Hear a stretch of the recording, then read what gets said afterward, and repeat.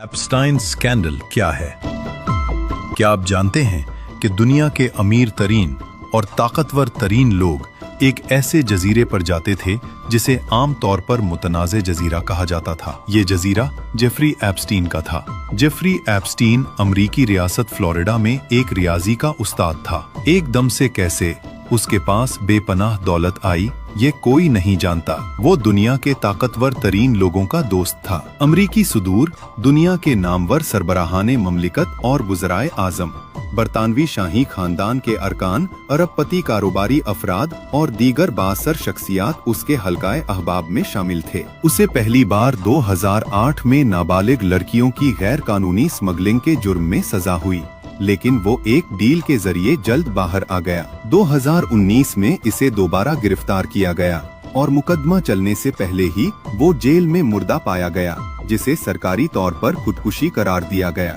हर दफा उसके खास सहूलतकारों ने उसको छुड़वाने की तदबीर की और जब बचाव मुमकिन न रहा तो वो जेल में ही हलाक हो गया। इस पर इल्जाम था कि वो वेस्ट इंडीज में वाक़े अपने जजीरे लिटिल सेंट जेम्स में एक खुफिया नेटवर्क चलाता था, जहां दुनिया के बासर और अमीर लोगों को 12 से 18 साल के दरमियान कम उम्र लड़कियां फराहम की जाती थीं। वो उन बासर अफराद की वीडियोस बनाता और बाद में उन्हें दबाव में लाने के लिए इस्तेमाल करता था। बरसों के दबाव के बाद सन 2024 में अदालती हुक्म की बुनियाद पर उन दस्तावेजात के एक हिस्से को मंजरे आम पर लाया गया।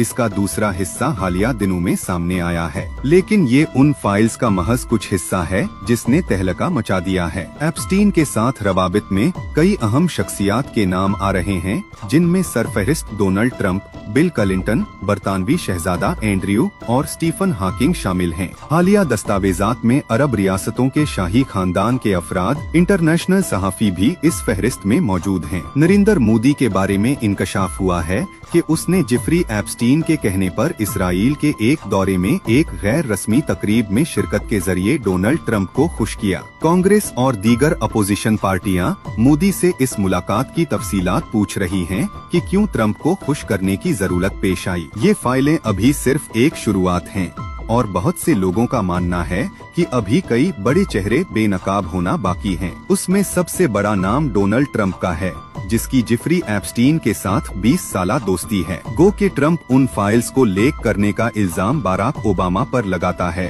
हालांकि ओबामा के दौर में एप्स्टीन की जुर्रत नहीं हुई कि व्हाइट हाउस का चक्कर लगाए। हमें एप्स्टीन का किरदार एक हैंडलर के तौर पर दिखाई देता है, जो आलमी इस्टेब्लिशमेंट पर असर अंदाज होने में इस्तेमाल होता रहा। जिन अफराद की हसास मवाद एप्स्टीन के हाथों लगी थीं, वो कभी इसराइल के खिलाफ सख्त और उसूली मौक़िफ़ नहीं अपना सकते। एप्स्टीन के मुसाद और इसराइली शख्सियात जैसे एहुद बाराक वगैरह के साथ इंतहाई करीबी ताल्लुकात थे। उस वक्त ट्रंप जो कुछ भी मशरिक़े वुस्ता में कर रहा है, वो किसी आम सियासी रवैये से मुख्तलिफ नजर आता है। बहुत वाज़ेह है कि इस पर दबाव मौजूद है। जो काम दूसरे न कर सके वो उसके जरिए करवाया जा रहा है। दुनिया की अक्सर नामवर शख्सियात का नाम एप्स्टीन फाइल्स में मिलता है, सवाए Ayatollah Khamenei, Xi Jinping, Kim Jong Un और प्यूटन। बल्फाज दीगर आलमी सियासत के अपोजिशन रहनुमा इस स्कैंडल से बचे हुए हैं। बाकी इन लीक्स में इमरान खान का जिक्र भी है कि मिस्टर इमरान खान उनके मुताबिक अमन के लिए खामनाई और प्यूटन से ज्यादा खतरनाक समझे जाते हैं।